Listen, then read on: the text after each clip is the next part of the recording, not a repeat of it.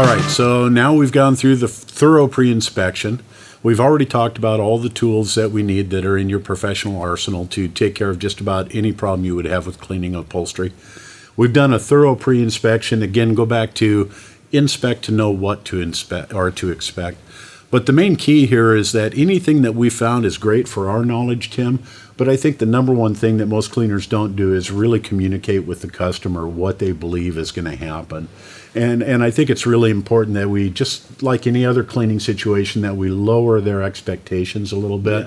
Yes. You and I have always taught in every class we do to learn to under-promise and then over-deliver. So we've talked about the inspection, we've talked about the tools that are necessary. So now we're going to actually go into the hands-on cleaning portion of this and show you guys the difference between dry cleaning, between low moisture, dry foam cleaning, and then into hot water extraction according to the materials. But, you know, Pat, one of the most important parts of all these cleaning techniques is pre-vacuuming. We all know that most customers don't vacuum their upholstery often enough. We know they don't vacuum their carpet often enough. So we're going to do a thorough pre-vacuuming of this.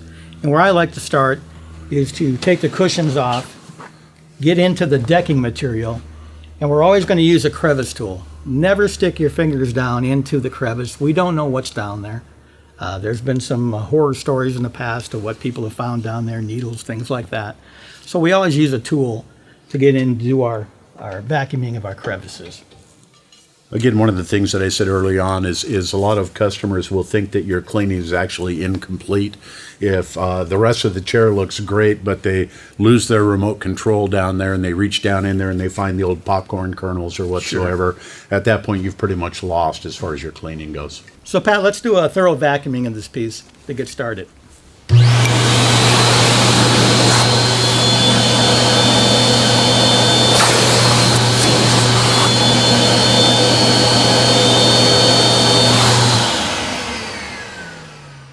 Now we can change out to our rug rat.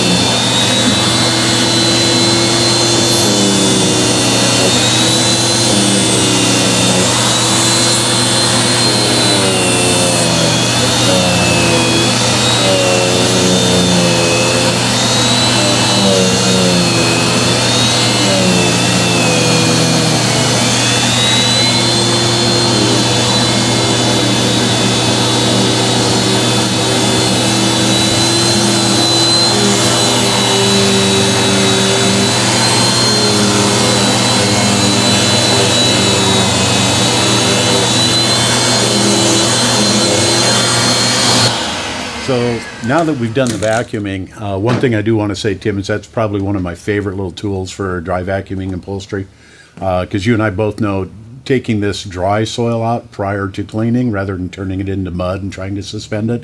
So that is probably the most overlooked thing that people do when they clean upholstery. Yeah, especially as you get into microfibers, Pat. Anything with a pile, it's imperative to do as much dry vacuuming as possible. Yeah, and it takes no time at all. No.